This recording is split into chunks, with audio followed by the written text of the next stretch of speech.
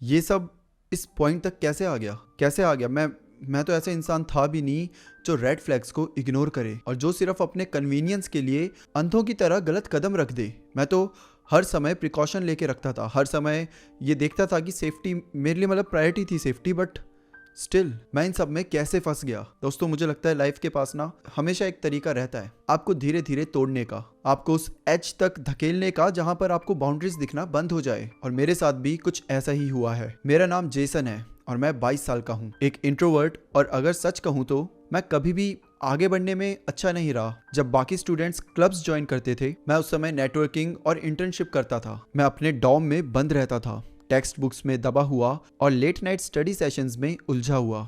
मेरे ज़्यादातर दोस्त सिर्फ वही लोग थे जो रास्ते में दिख जाते थे, क्लासमेट्स जिनके पास हैंग आउट करने की एनर्जी थी लेकिन ट्रूली कनेक्ट करने का टाइम ही नहीं था। अपनी ज़िंदगी के बारे में बताऊं तो मेरा फ्रेंड सर्कल बहुत छोटा सा था और मैंने अपनी ज़िंदगी हमेशा एक डर के साथ जी है, कहीं कहीं मैं फेल ना हो जाऊं इसका डर। सारे बच्चे वहाँ पर मज़े करते थे, बंक करते थे, अपनी मेमोरीज बनाते थे, घूमने जाते थे, लेकिन मैं हमेशा पढ़ाई करता रहता था, हमेशा अच्छे ग्रेड्स लाने की सोचता था क्योंकि मुझे अपना फ्यूचर सिक्योर करना था। ये सब सिर्फ मैं अपने फ्यूचर या फिर अच्छे ग्रेड्स लाने के लिए नहीं कर रहा था। ठीक है, एक हद तक मैं उसके लिए कर भी रहा था, बट मेरे ऊपर ना बहुत सारा कर्जा भी था, बहुत सारा लोन था जो कि मुझे चुकाना था और उसे चुकाने के लिए एक अच्छी जॉब चाहिए थी। अच्छी जॉब के लिए अच्छे मार्क्स जरूरी थे और इसीलिए मैं ये सब कर रहा था। मैंने बहुत सारी पार्ट टाइम जॉब्स के लिए भी अप्लाई करा था, लेकिन हमेशा ऐसा लगता जैसे कि मानो मेरे ऊपर हमेशा किसी और को चूज कर लिया जाता। मेरे ऊपर लोन्स बढ़ते जा रहे थे, रेंट मुश्किल से मैनेज हो पा रहा था और जॉब मार्केट किसी ऐसे इंसान के लिए और ज़्यादा हॉस्टाइल लगने लगी थी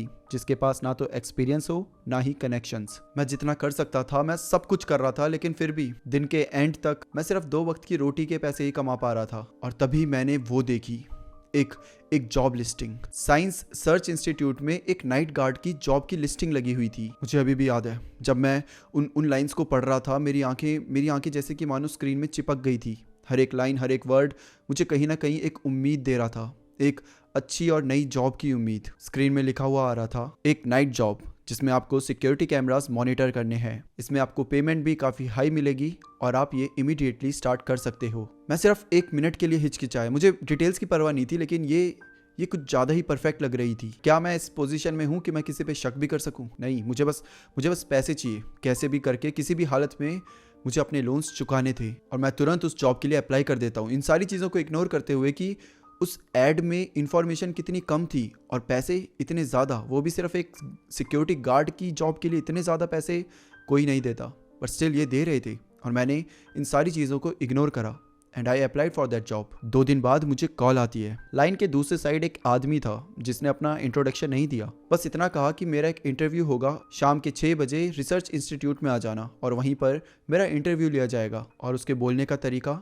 इनविटेशन से ज़्यादा अल्टीमेटम जैसा लग रहा था। जब मैं वहां पर पहुंचा तो मैं थोड़ा सा नर्वस था। इंस्टीट्यूट शहर के एक रिमोट हिस्से में था, घने पेड़ों के बीच छुपा हुआ, जैसे रोशनी का हर एक निशान निगल जाता हो। वहां तक जाने वाली रोड काफी लंबी और एकदम सीधी सी थी। ये रोड मेन सिटी से पूरी तरीके से आइसोलेटेड थी। जब मैं फ्रंट एंट्रेंस की तरफ चला, मुझे उस जगह का वेट महसूस हुआ, मुझे उस जगह पर काफी भारीपन सा महसूस हुआ। और फिर मैं बिल्डिंग के अंदर एंटर करता हूँ। अंदर हवा काफी भारी थी, एंटीसेप्टिक और पुराने कागजों की हल्की सी स्मेल से भरी हुई। वहाँ के फ्लोर्स चमक रहे थे और मैं उस बिल्डिंग की लॉबी में खड़ा हुआ था, बस ये वेट कर रहा था कि कोई आए और मुझे बताए कि आखिर मुझे जाना कहाँ है।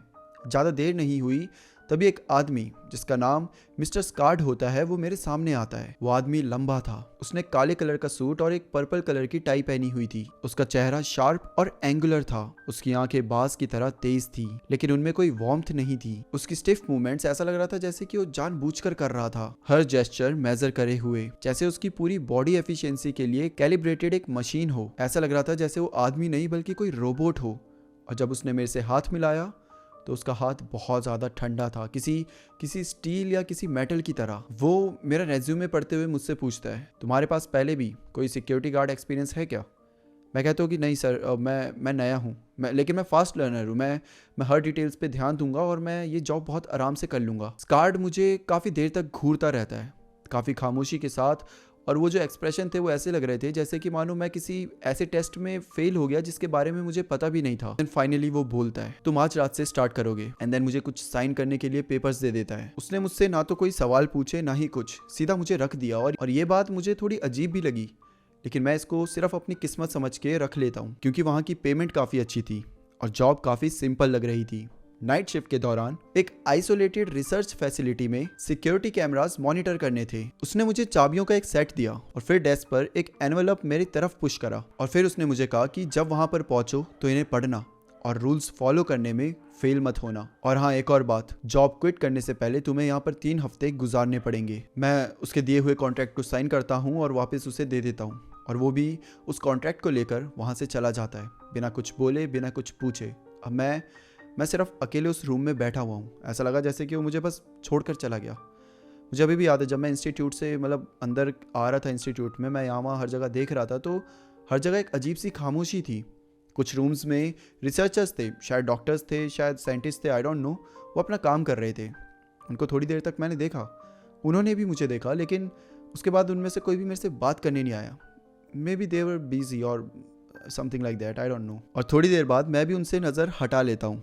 इस फैसिलिटी की हर एक चीज़ मुझे आउट ऑफ प्लेस फील करा रही थी। लाइट्स मेरे ऊपर हल्की सी बजिंग साउंड के साथ जल रही थी। जब मैं सिक्योरिटी बूथ की तरफ बढ़ा, वो एक छोटा सा सिंपल सा रूम था, फैसिलिटी के पिछले हिस्से में छुपा हुआ, मॉनिटर्स और इक्विपमेंट से भरा हुआ। मैं वहां पर जाकर बैठ जाता हूँ और वहां पर बैठकर बहुत ज्यादा आइसोलेटेड सा फील कर रहा होता हूँ। मैं जहाँ पे भी जाऊँ, जैसे भी जाऊँ, कहीं पे भी बैठ जाऊँ, मुझे बहुत अजीब सा और आइसोलेटेड सा ही फील होता था, जैसे कि मानो अंदर की हवा में ही आइसोलेशन हो। अब मैं वहां बैठकर स्कार्ड ने मुझे एक एनवेलप दिया था, वो खोलकर देखता हूँ। एक पेपर निकलता है जिसके ऊपर बहुत सारे रूल्स लिखे होते हैं। टोटल 7 रूल होते हैं। रूल नंबर 1, जब तुम अपनी सिक्योरिटी शिफ्ट के लिए एंटर करो तो डोर लॉक कर देना, किसी के लिए भी दरवाजा मत खोलना, सिर्फ मिस्टर स्कार्ड को उस रूम का एक्सेस है। ये बेसिकली कोई सिक्योरिटी मेजर होगा, लेकिन स्टिल इसमें कुछ अजीब लग रहा था। लाइक कोई भी आए उनको अंदर मत आने देना, सिर्फ मिस्टर स्कार्ड को आने देना। मुझे कुछ समझ नहीं आ रहा था। रूल नंबर 2, अगर तुम्हें विस्लिंग सुनाई दी तो तुरंत सबसे नजदीक बाथरूम में जाकर भागकर छुप जाओ और तब तक छुपे रहो जब तक वो बंद ना हो जाए। और अब मैं बहुत ज्यादा कंफ्यूज हूँ। मैं भला किसी को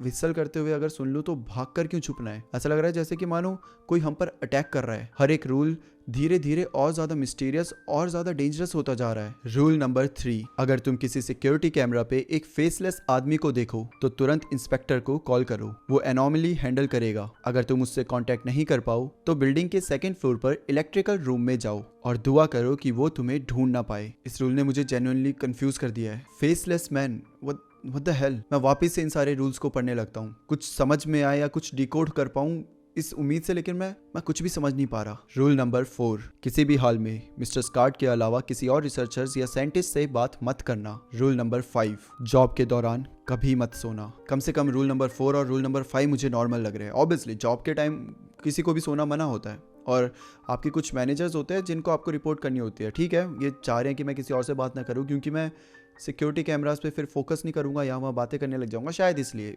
अब मुझे ऐसा लग रहा है कि ठीक है, जो पहले कुछ रूल्स है वो मे बी प्रैंक करने के लिए या डराने के लिए लिखे हों, लेकिन हाँ, धीरे धीरे सेंस बन रही है। रूल नंबर 6, अगर तुम्हारे सिक्योरिटी कैमरास अचानक बंद हो जाएं तो तुरंत मिस्टर स्कार्ड को कांटेक्ट करो, वो तुम्हें आगे के इंस्ट्रक्शंस देगा जो तुम्हारी जान बचा सकते हैं। रूल नंबर 7, अगर ब्लैक लिक्विड सिक्योरिटी रूम को भरने लगे तो जमीन को मत छूना और बिल्कुल स्टिल और शांत रहना जब तक वो गायब ना हो जाए। मैंने अपने अंदर आती हुई अजीब सी नर्वसनेस को इग्नोर करने की कोशिश करी। जब मुझे लग रहा है कि ये थोड़ा सेंस बना रहा है, तब ये कुछ ऐसा रूल आ जा रहा है जो कि बिल्कुल भी सेंस नहीं बना रहा। ब्लैक लिक्विड, जान बचाने वाली इंस्ट्रक्शंस, आखिर ये सब क्या है? क्या मतलब है इन सब का? इसका कोई भी लॉजिकल कोई भी आंसर नहीं है यार। मुझे बस यही लग रहा है कि ये सब मेरे साथ प्रैंक कर रहे हैं। शायद यहाँ पे आने वाले हर एक नए इंसान के साथ ये लोग कोई प्रैंक करते हैं, कोई गेम खेलते हैं। शायद उनका वेलकम करने का तरीका ऐसा ही है। आई मीन मुझे तो ऐसा ही लग रहा है। मुझे जॉब चाहिए थी, खासकर ये पेमेंट के साथ तो बिल्कुल चाहिए थी, और इसलिए मैं इन सारी चीज़ों को इग्नोर करता हूँ। मुझे लगता है ठीक है, ये मजाक कर रहे हैं, प्रैंक कर रहे हैं, जो भी है, मैं इन सारी बातों को हंसकर टाल देता हूँ और मेरे सामने जो टास्क होते हैं उनको कंप्लीट करने लग जाता हूँ। और अब मुझे जॉब करते करते 1 हफ्ता हो गया है। 1 हफ्ते के शिफ्ट के बाद मैं थोड़ा कंफर्टेबल फील करने लगा हूँ। छोटे से बिना विंडो वाले रूम में सिक्योरिटी कैमरा देखने की मोनोटोनी एक रूटीन बन चुकी है। रूल्स अभी भी दिमाग में थे, लेकिन मैं अभी भी यही सोच रहा था कि ये सब मजाक है। हाँ, रूल नंबर 3 और 7 बहुत ज़्यादा अजीब से लगते हैं, लेकिन जैसे जैसे काम बढ़ता गया मैं धीरे धीरे ये रूल्स वाली सारी बातों को भूलने लगा। वीकेंड पर मैं अपने पुराने दोस्तों से मिला, कॉलेज वाले फ्रेंड्स जिनसे मैं अक्सर मिलता रहता था, और धीरे धीरे हमारे बीच बातचीत हुई और फिर सब कुछ नॉर्मल सा लगने लगा। अचानक से ज़िंदगी अच्छी लगने लगी। उनके साथ बातें करता था, एग्ज़ाम के बारे में, ग्रेड्स के बारे में, फ्यूचर के बारे में। अच्छा लग रहा था। अब मेरे पास जब पैसे भी आ रहे थे, मेरे पास एक जॉब थी, और कहीं ना कहीं ये लोन्स की टेंशन हटी, तो मुझे समझ आया कि हाँ, मैं भी इंजॉय कर सकता हूँ, ज़िंदगी में खुश हो सकता हूँ, और ये बिना प्रेशर के ज़िंदगी जी सकता हूँ। अब धीरे धीरे मेरे दोस्त भी मुझसे पूछते हैं। एक रियान नाम का लड़का था, वो मुझसे पूछता है कि जॉब कैसी चल रही है, आई होप कि इस बार तेरे को अच्छी जॉब मिली हो। और मैं भी बोलता हूँ कि हाँ यार, बड़ी सिंपल सी जॉब है, बस रात को जाना है और सिक्योरिटी कैमरास घूरते रहना है, और बस जॉब खत्म। कैमरा देखना काफ़ी बोरिंग लगता है। सारा नाम की एक लड़की थी, उसने ये हंसते हुए कहा, बोरिंग तो लगता है और थोड़ा क्रीपी भी। तुम्हें डर नहीं लगता कि कभी कोई क्रेजी साइंटिस्ट आकर तुम पे ही कोई एक्सपेरिमेंट ना, और वो ऐसे चाकू मारने जैसा जेस्चर मेरे को दिखा रही है। और मैं भी हंसते हुए कहता हूँ, अरे यार सारा चुप कर, ऐसा कुछ भी नहीं है, वो एक अच्छी जॉब है, नॉर्मल सी जॉब है, और पैसे भी अच्छे खासे मिल रहे हैं, तो मैं कर ले रहा हूँ। लेकिन जैसे ही मैंने ये बोला, मुझे अंदर से ऐसी फीलिंग आई जैसे कि मानो मैंने झूठ बोला है। उस इंस्टीट्यूट में कुछ तो अजीब है, कुछ तो है जो बिल्कुल ठीक नहीं लगता। मैं सबको बोलते रहा हूँ कि वो जगह ठीक है, नॉर्मल है, ऐसा कुछ नहीं है, बट अंदर से मुझे भी पता है कि मैं झूठ बोल रहा हूँ। अब मैं ये सोच ही रहा हूँ, थोड़ा सा हेजिटेट भी कर रहा हूँ, तो रियान मेरे को, उसने नोटिस कर लिया था जो मैं थोड़ा सा हेजिटेट होके बोल रहा था। तो कहता है, तू ऑलरेडी जॉब छोड़ने के बारे में तो नहीं सोच रहा ना? और मैं बोलता हूँ, नहीं यार ऐसा नहीं है, बस रात को ये सब चलता है, फिर देन कॉलेज तो थक गया हूँ, थोड़ा सा रेस्ट चाहिए बॉडी को, बाकी कुछ नहीं। ऑल्दो हमने फिर टॉपिक्स चेंज कर दिए, बट पता नहीं क्यों मेरे दिमाग में एक चीज़ अटक सी गई थी। वो थे वो रूल्स, विस्लिंग, कैमरा पर फेसलेस आदमी, स्कार्ड को बताना, छुप जाना, ब्लैक लिक्विड आना, और हो सके तो उस फेसलेस आदमी के सामने मत आना। ये सारी चीज़ें कोई सेंस नहीं बना रही थी। ऊपर से अब एक हफ्ता भी हो गया था, लेकिन अभी तक किसी ने मुझे आके बताया भी नहीं कि ये मेरे साथ वो कोई प्रैंक कर रहे हैं। इट्स लाइक कि उन्होंने प्रैंक करा, आपस में हंसे, आपस में मेरा मजाक उड़ाया, एंड देन वो सब भूल गए। मुझे लगता था मैं समझता हूँ अंधेरे में अकेले होने का मतलब। मैं रात की खामोशी की आदत डाल चुका था। डॉम के विंडो के बाहर स्ट्रीट लाइट्स की हल्की हमिंग और गाड़ी की स्टेडी टिक टॉक। लेकिन रिसर्च इंस्टीट्यूट के अंदर होने वाला वो अकेलापन, वो आइसोलेशन, वो खामोशी, वो मुझे डराती थी, वो मुझे बहुत अजीब फील करवाती थी। शुरुआत में सब कुछ मैनेजेबल था, नॉर्मल जॉब रूटीन थी, सिक्योरिटी कैमरास देखना, खाली हॉलवेज मॉनिटर करना, किसी भी सस्पिशियस चीज पर नजर रखना। उस जगह की स्टिलनेस से लगता था जैसे मैं किसी इंपॉर्टेंट चीज का हिस्सा हूँ, जैसे मैं किसी सीक्रेट की हिफाजत कर रहा हूँ जिसके बारे में किसी और को नहीं पता। लेकिन 8वीं रात को जब मैं रिदम में आ चुका था, जब मुझे धीरे धीरे सब कुछ नॉर्मल लगने लगा था, तब एक इंसिडेंट होता है। मुझे एक कॉन्स्टेंट सी अजीब सी फीलिंग आ रही थी, जैसे कि मानो कुछ तो गलत हो रहा है। शुरुआत छोटी चीज़ों से होती है। मुझे कुछ तो स्क्रैच करने के साउंड आने लगता है, ऐसे साउंड जो कि मुझे समझ नहीं आ रहे थे कि एग्जैक्टली आ कहाँ से रहे हैं। धीरे धीरे हॉलवे की लाइट्स फ्लिकर होने लगी।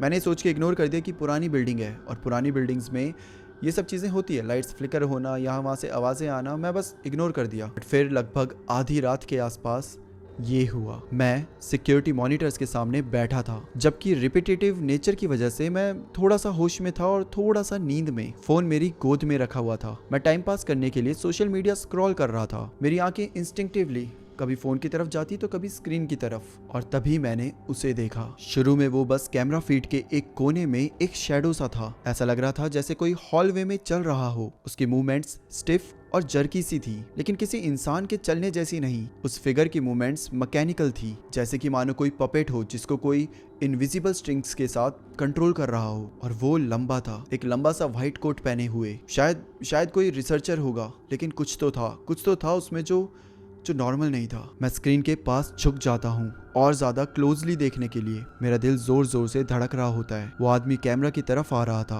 और पास, और फिर मुझे उसका चेहरा दिखता है। उसका चेहरा बिल्कुल स्मूथ था, पूरी तरीके से फीचरलेस। ना आंखें, ना मुंह, ना नाक, ना कान, सिर्फ स्किन। जहाँ उसका पूरा चेहरा होना चाहिए था, वो वहाँ कुछ भी नहीं था, पूरा ब्लैंक था, बिना कोई निशान का, कोई सरफेस सा। वो देखते ही मुझे अपने हड्डियों के अंदर तक ठंडक सी महसूस हुई, जैसे कि मानो मैं जम सा गया था। मैं खुद से कहने लगा कि ये नॉर्मल नहीं है, ये हो ही नहीं सकता, ये पक्का कोई ग्लिच है।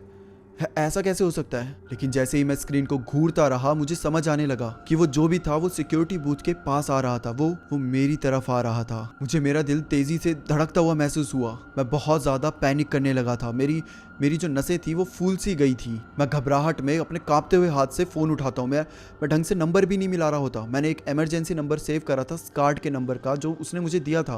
मैं तुरंत उसे कॉल करता हूँ एंड देन एक इंस्पेक्टर को वो कॉल जाती है। एक बार रिंग होती है, 2 बार रिंग होती है, 3 बार रिंग होती है, लेकिन कोई जवाब नहीं आता। और अब मुझे कुछ समझ नहीं आ रहा कि मैं क्या करूँ। मैं खुद को शांत करने की कोशिश कर रहा हूँ। मैं खुद का सर पकड़ रहा हूँ। मैं बोल रहा हूँ सोच कुछ तो सोच, कुछ क्या करा जाए। ओके। अब मैं मॉनिटर पे बिल्डिंग का मैप देखता हूँ, अपने हाथों को स्टेडी करने की कोशिश करते हुए। इलेक्ट्रिकल रूम बिल्डिंग के 2nd फ्लोर पर था और मेरे लिए सिर्फ वही एक ऑप्शन था। मुझे वहां तक जाना ही था। मुझे रूल नंबर 3 फॉलो करना ही था। चाहे ये सब कितना अजीब, कितना वियर्ड और कितना डेंजरस लगे। मैं तुरंत खड़ा होता हूँ, लेकिन जैसे ही मैं हिला ऊपर की लाइट्स फ्लिकर हुई और बंद हो गई और पूरी बिल्डिंग अंधेरे में डूब गई। मॉनिटर्स एक ही पल में ब्लैक हो गए। मेरा पेट अंदर से गिर सा गया था। ये सब गलत था और अब मुझे महसूस हो रहा था बिल्डिंग के अंदर कोई प्रेजेंस थी। कोई आगे चल रहा था, कोई मूव कर रहा था, कुछ ऐसा जो यहाँ होना ही नहीं चाहिए था। मैं तुरंत उस बूथ से भाग जाता हूँ, हॉलवे में दौड़ता हुआ। मेरे जूतों की आवाज पॉलिश फ्लोर पर पड़ रही थी और खामोशी इतनी ज्यादा कि मानो आपके कान फट रहे हो, क्योंकि मेरे हर कदम की आवाज मेरे कानों तक गूंज रही थी। मैं धीरे धीरे भागने लगा। मैं बहुत तेज़ी से भागने लगा। मुझे महसूस हो रहा था कि जिसको भी मैं अभी तक कैमरा में देख रहा था वो जस्ट मेरे पीछे था। वो मुझे पकड़ने की, मेरा पीछा करने की कोशिश कर रहा था। जब मैं स्टेयरवेल के पास पहुंचा मैं हिचकिचाने लगा। मैंने पीछे देखा, वहां कोई नहीं था, लेकिन मुझे सांस लेने की हल्की सी आवाज अभी भी सुनाई दे रही थी। एकदम स्लो और डेलिब्रेट टाइप की आवाज मेरे पीछे से आ रही थी, जैसे कोई लगभग 15 फीट दूर से मुझे देख रहा हो। और अब मैं जल्दी से सीढ़ियां चढ़ता हूँ, कोशिश करते हुए कि जल्दी से जल्दी मैं जहाँ पहुंचना चाहता हूँ मैं पहुंच जाऊँ। मैं पैनिक नहीं कर सकता था। मुझे बस कैसे भी करके इलेक्ट्रिकल रूम तक पहुंचना था। 2nd फ्लोर बिल्डिंग के बाकी हिस्से से ज्यादा डार्क था, जैसे शैडो खुद ही यहाँ गहरी हो गई हो। हवा ज्यादा ठंडी थी और दीवारें ऐसा लग रहा था जैसे कि वो मुझे दबोच रही हो। मैं इलेक्ट्रिकल रूम तक पहुंचता हूं और तुरंत दरवाजे को जोर से बंद कर देता हूं। लॉक करते हुए मेरे हाथ इतने ज्यादा कांप रहे थे कि मैं फोन से फ्लैशलाइट ऑन करने में भी नाकामयाब रह रहा था। मेरे से फ्लैशलाइट तक ऑन नहीं हो रही थी क्योंकि मेरी उंगलियां मेरे कंट्रोल में ही नहीं थी। इनफैक्ट उंगलियां क्या, मैं खुद अपने कंट्रोल में नहीं था। और जैसे मैं अंदर आता हूँ, जैसे दरवाजा बंद करता हूँ, मैं उसकी आवाज सुनता हूँ, एक हाई पिच्ड, एक विस्लिंग की आवाज, सीटी बजाने की। मेरा खून जम सा गया था। मुझे रूल्स याद थे कि अगर किसी के सीटी बजाने की आवाज़ सुनाई दे तो तुरंत अपने नज़दीकी बाथरूम में भागो और वहाँ पे छुपे रहो तब तक जब तक सीटियाँ बजना बंद ना हो जाए। लेकिन मैं तो ऑलरेडी इलेक्ट्रिकल रूम में था। मुझे समझ ही नहीं आ रहा था क्या करूँ।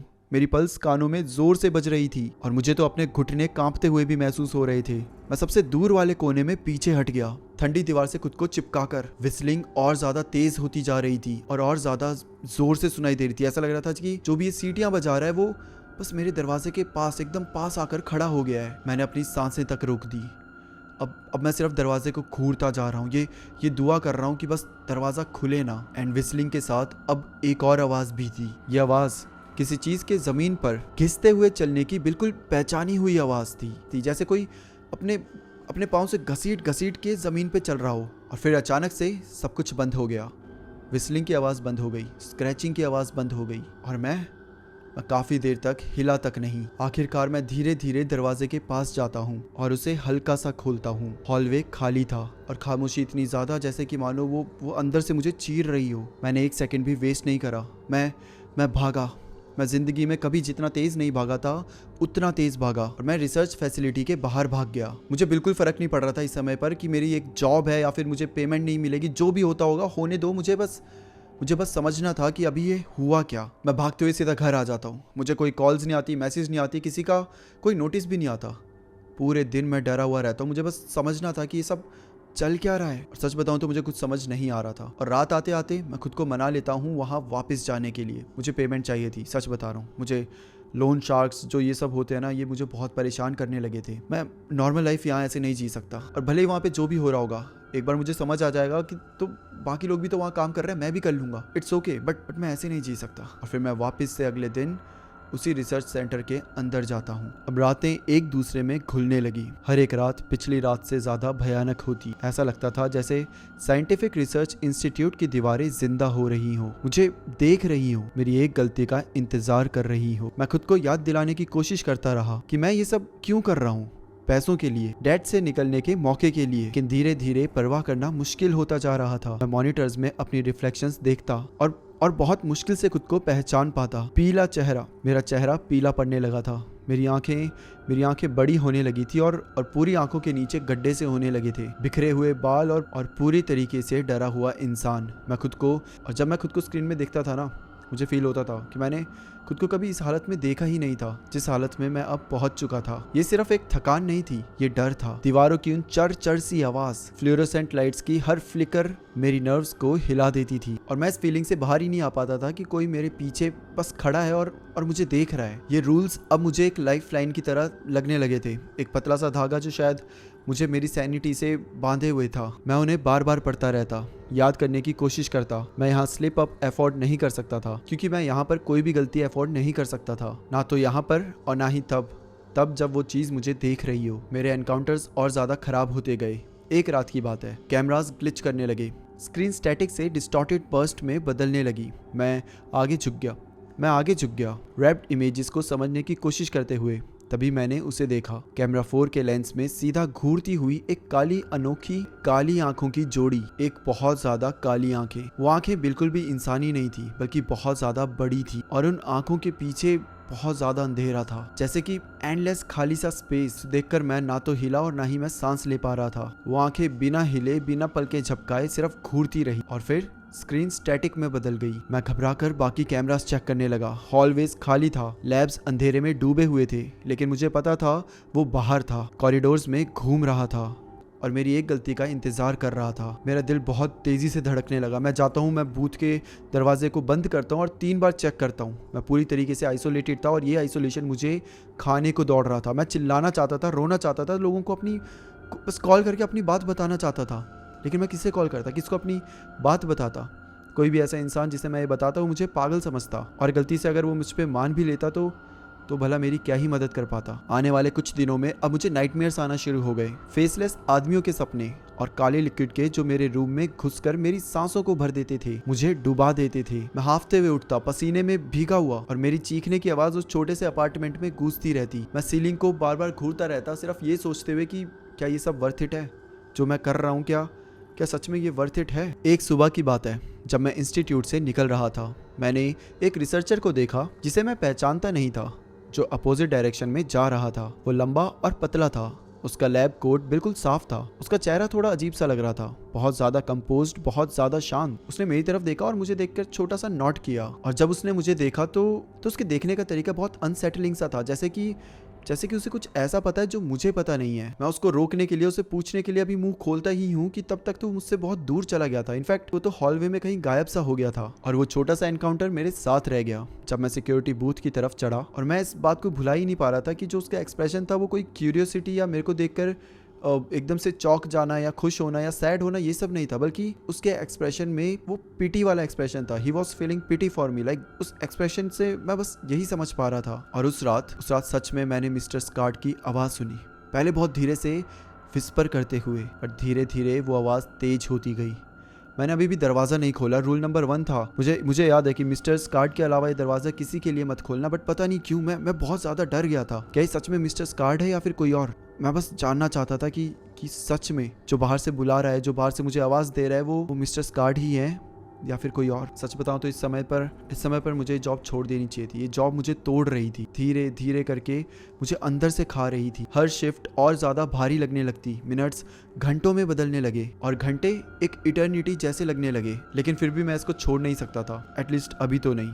मुझे वो रूल फॉलो करना पड़ेगा, 3 हफ्तों वाला रूल। मुझे इस इस नरक में 3 हफ्ते कैसे भी करके सरवाइव करना पड़ेगा। अब जैसे जैसे दिन गुजरते गए, रियलिटी और नाइटमेयर के बीच की लाइन धुंधली होती गई। मैं रूल्स का वेट महसूस कर सकता था जो मुझ पर दबाव बना रहा था, एक अनस्पोकन प्रॉमिस के साथ कि उन्हें तोड़ना जॉब खोने से कई ज्यादा बुरा होगा। मैं कहना चाहता हूँ कि मैं सब कुछ सही कर रहा था, लेकिन सच तो ये है कि ये जॉब मुझे थका चुकी थी। रातें बिना नींद की होती थी। इनफैक्ट रात छोड़ो, मुझे नींद आना ही बंद हो गई थी। ढंग से खाना नहीं खा पाता था, कहीं पर मन नहीं लगता था। सच बताऊं तो ये जॉब धीरे धीरे मुझे अंदर से पूरा खोखला बनाती जा रही थी। एक समय तो ऐसा भी आ गया था कि मैंने हर चीज फील करना छोड़ दिया था। सिर्फ जाता था, एक जॉब रूटीन की तरह उसे फॉलो करता था और बस घर आ जाता था। लेकिन फिर आती है वो फाइनल नाइट, बिल्कुल किसी और रात के जैसे ही शुरू हुई। मैं बस एक रात दूर था, बस एक रात और मेरे 3 हफ्ते कंप्लीट हो जाएंगे। कैसे भी करके ये रात सर्वाइव करो, कैसे भी करके ये रात गुजारो और उसके बाद मैं यहाँ वापस कभी नहीं आने वाला। मैंने दरवाजे हर दिन की तरह अपने पीछे लॉक करे, कैमरा स्कैन करे और एक और लंबी शिफ्ट के लिए सेटल हो गया। फैसिलिटी शांत थी, बहुत ज्यादा शांत। यहाँ तक कि बिल्डिंग की यूजुअल क्रीक्स और ग्रोन्स भी जैसे अपनी सांस को रोके हुए थी। और फिर शुरू होती है विस्लिंग। शुरू में वो बहुत हल्की थी, लगभग एकदम मेलोडिक, जैसे कोई बच्चा नर्सरी राइम गुनगुना रहा हो। रूल नंबर 2, सबसे नजदीकी बाथरूम में भागो और छुप जाओ। लेकिन पता नहीं क्यों मैं हिल नहीं पा रहा था। मेरी बॉडी जैसे कि मानो जम चुकी थी। किसी इनविजिबल फोर्स ने जैसे मानो मेरे को पकड़ के रखा हो। विस्लिंग और तेज होती गई और पास आती गई, और वो तब तक बजती गई जब तक वो एकदम दरवाजे के सामने नहीं आ गई। एंड देन विस्लिंग एकदम से बंद हो जाती है और फिर होती है नॉकिंग। मेरे दरवाजे पर 3 बार ठक ठक ठक। ये सुनते ही मेरा दिल पूरी तरीके से बैठ गया था। और फिर एक आवाज़ आती है, जेसन। ये आवाज़ स्कार्ड की थी। ये जो बाहर था ये स्कार्ड था। और फिर स्कार्ड बोलता है कि मैं अंदर आ रहा हूँ। धीरे से दरवाजे का लॉक घूमता है और दरवाज़ा खुलता है। बाहर एक्चुअली स्कार्ड ही था। मैं स्कार्ड को देख के थोड़ा सा रिलीफ फील करता हूँ और बोलता हूँ कि तो आप ही थे बाहर। अपनी आईब्रोज उठाकर ऐसे देखता है और बोलता है कि तुम किसी और को एक्सपेक्ट कर रहे थे क्या? मैं बोलता हूँ नहीं, कुछ नहीं, छोड़िए। स्कार्ड आता है और बोलता है कि वेल, सब कुछ परफेक्ट लग रहा है, मैं बस तुम्हें देखने आया था। मुझे लग रहा है कि तुम आज रात के बाद वापस नहीं आओगे, तुम क्विट कर दोगे। मैं बोलता हूँ यस सर, मेरा वैसे ही कुछ प्लान है। वो मेरे को देखता है और बोलता है कि ठीक है, मैं चलता हूँ। लैब्स में कुछ अर्जेंट काम है जो कि मुझे अटेंड करने पड़ेंगे। और ये बोलकर वो वापस से चला जाता है। मैंने कुछ फुटस्टेप्स दूर जाते हुए सुने, फिर अचानक से वो फुटस्टेप्स की आवाज़ रुक जाती है और फिर मुझे फिर से आवाज़ आती है, माफ़ कीजिए मिस्टर जेनसन, लेकिन मैं अपनी एक चीज़ आपके बूथ के अंदर ही भूल गया हूँ। मुझे वो लेने के लिए अंदर आना होगा। उसने दरवाजे के दूसरी तरफ से कहा। मैं बोलता हूँ कि हाँ श्योर, और मैं वापस से लॉक खोलकर दरवाज़ा खोल देता हूँ, ये सोचकर कि बाहर मिस्टर स्कार्ड ही होंगे। लेकिन मेरी आंखों के सामने जो था स्कार्ड नहीं था। और फिर मैं अपने लेफ्ट साइड देखता हूँ। स्कार्ड मेरे लेफ्ट साइड के एक कॉरिडोर से जा रहा था। यानी कि आवाज़ उसी की थी, यानी कि मिस्टर स्कार्ड ने मुझे फंसाया था एक ट्रैप में। आवाज़ उसी की थी जिसकी आवाज़ सुनते ही मैंने दरवाज़ा खोला था। लेकिन मिस्टर स्कार्ड अकेला नहीं था। क्यों मैं बार बार खुद से पूछता रहा। फिर मुझे एहसास हुआ मेरे होने का यहाँ पर असली मकसद क्या था। मुझे समझ ही नहीं आ रहा था कि मिस्टर स्कार्ड मुझे ऐसे मौत के मुंह पे क्यों धकेल देगा। मेरे पास सोचने का समय नहीं था। अब बहुत देर हो चुकी थी। मैं क्या कर सकता हूँ? मैं कुछ नहीं कर सकता। मैं एक बार ऊपर की साइड देखता हूँ और मेरे सामने वो मॉन्स्टर, वो अजीब सा दिखने वाला इंसान, आदमी, जानवर जो भी था, वो मेरे सामने खड़ा था। वो लंबा था, नामुमकिन हद तक लंबा। उसकी बॉडी मुड़ती और टेढ़ी हो जाती थी। वो धीरे धीरे बूथ के अंदर आता है और उसका तो कोई चेहरा ही नहीं था, सिर्फ एक स्मूथ फीकी स्किन जो एक लंबी खिंची हुई स्कल पर तनी हुई थी। उसकी प्रेजेंस ने रूम की सारी हवा खींच ली, एक अननेचुरल ठंड को छोड़कर जो कि मेरे अब हड्डियों के अंदर तक घुस चुकी थी। मैं पीछे लड़खड़ा गया, चेयर पर ठोकर खाकर गिर गया। मेरा दिमाग चीख रहा था भागने के लिए, कुछ भी करने के लिए, लेकिन मेरे लिए सब कुछ खत्म हो चुका था। मैं अपना एक वॉइस रिकॉर्डर निकालता हूँ और अपने आखिरी शब्द बोलता हूँ। वो जो क्रिएचर मेरे सामने था वो बस इंतजार कर रहा था, जैसे कि उसे पता था कि उसने मुझे फंसा लिया, उसने अपने शिकार को फंसा लिया और अब वो हर एक पल का मजा ले रहा था। उसके लंबे पतले फिंगर्स मेरी तरफ बढ़े और फिर मुझे एक पपेट की तरह उठा लिया। और उसने जब मुझे टच किया ना तो मेरी स्किन जलने लगी थी, गर्मी से नहीं कि एक आइसी सोल क्रशिंग वॉइड से जो मेरी बची कुची विल पावर को भी तोड़ रहा था। मेरी नजर धुंधली हो गई, मेरी चीखें गले में ही मर गई। आखिरी चीज जो मैंने देखी वो उसका फीचरलेस चेहरा था जब वो मुझे खाने लगा। वो सिर्फ मेरी बॉडी को नहीं खा रहा था बल्कि मेरे अंदर की सोल को भी खा रहा था। ऐसा लग रहा था जैसे मानो वो मेरी सोल को कंज्यूम करके और ज्यादा ताकतवर बनना चाहता था। और इस तरीके से मेरा अंत हुआ। 15 साल बाद साइंस रिसर्च इंस्टीट्यूट सिर्फ खंडर बनकर रह गया। जो कभी चमकने वाली फैसिलिटी थी उसे नेचर ने वापस ले लिया। दीवारें टूटी हुई थी, बेलों से ढकी हुई। शहर के ज्यादातर लोग इस जगह से दूर रहते थे और उसे बस एक पुरानी एबेंडन्ड बिल्डिंग समझकर लोग इग्नोर करते थे। लेकिन मैं ऐसा नहीं था। मेरा नाम ब्लेक है और मैं 16 साल का हूँ और मैं एक ऐसा इंसान हूँ जिसे ऐसी जगहों को एक्सप्लोर करना बहुत पसंद है। मतलब जहाँ पे बहुत सारे र्यूमर्स हो, मिथ हो, जहाँ की ऐसी ऐसी अफवाहें हो जिससे लोग वहाँ जाने से डरें।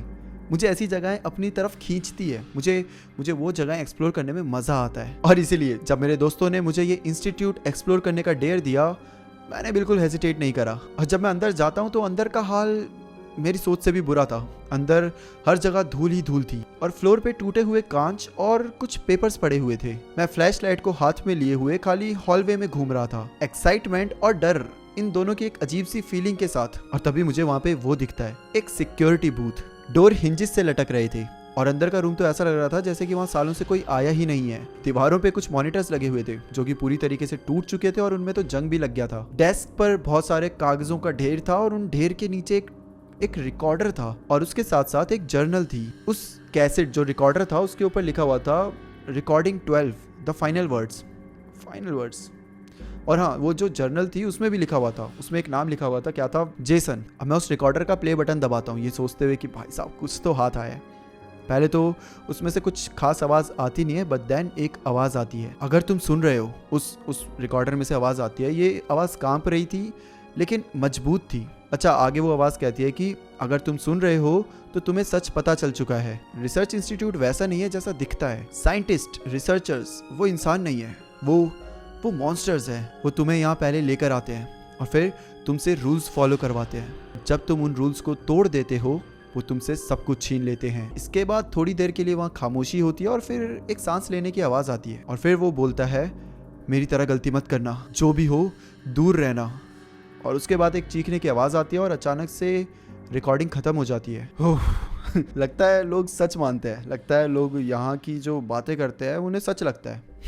या फिर मेरे जैसे कुछ शैतान लड़के होंगे जिन्होंने यहाँ पे पहले बातें बनाई और फिर इस टाइप के प्रैंक करने के लिए कुछ चीज़ें छोड़ दी। इन्हें लगता है कि मैं उन बेवकूफ़ों लोगों की तरह हूँ जो ये कुछ रिकॉर्डर्स उठाएगा, कुछ यहाँ पे कुछ कागज़ भी पड़े हुए हैं, वो सब देख के यहाँ से भाग जाएगा या फिर डर जाएगा। अच्छा, जो कागज़ मैंने भी बताया था जो पड़े हुए हैं, वो कागज़ कुछ रूल्स टू फॉलो करके कुछ लिखा हुआ था। उसमें 7 रूल्स थे और अजीब से रूल्स थे। मतलब ये प्रैंक ही था पूरा। हाँ, लेकिन हाँ, एक चीज़ मैं बताना भूल गया कि अभी रात के 10:30 हो रहे हैं और आज मैं पूरी रात यहीं स्टे करने वाला हूँ। और आज की रात बहुत इंटरेस्टिंग होने वाली है क्योंकि अगले दिन पूरे शहर को पता चल जाएगा कि यहाँ पर ऐसा कुछ भी नहीं है। पहले इस वीडियो को मैं अभी यहीं पे ख़त्म करता हूँ क्योंकि अब मुझे अंदर भी जाना है और मुझे पूरा एक्सप्लोर भी करना है। ऑल्दो मुझे किसी के शायद चलने की आवाज़ आ रही है, कुछ आ रहा है, शायद किसी के सीटी बजाने की आवाज़ है, तो मुझे लगता है मेरी तरह कोई और भी पागल इंसान यहाँ पे आया है। तो एक बार उसे मिलते हैं, देखते हैं कि आखिर क्या चल रहा है। तो फिर बने रहें इस चैनल के साथ, ठीक है। Bye bye and take care.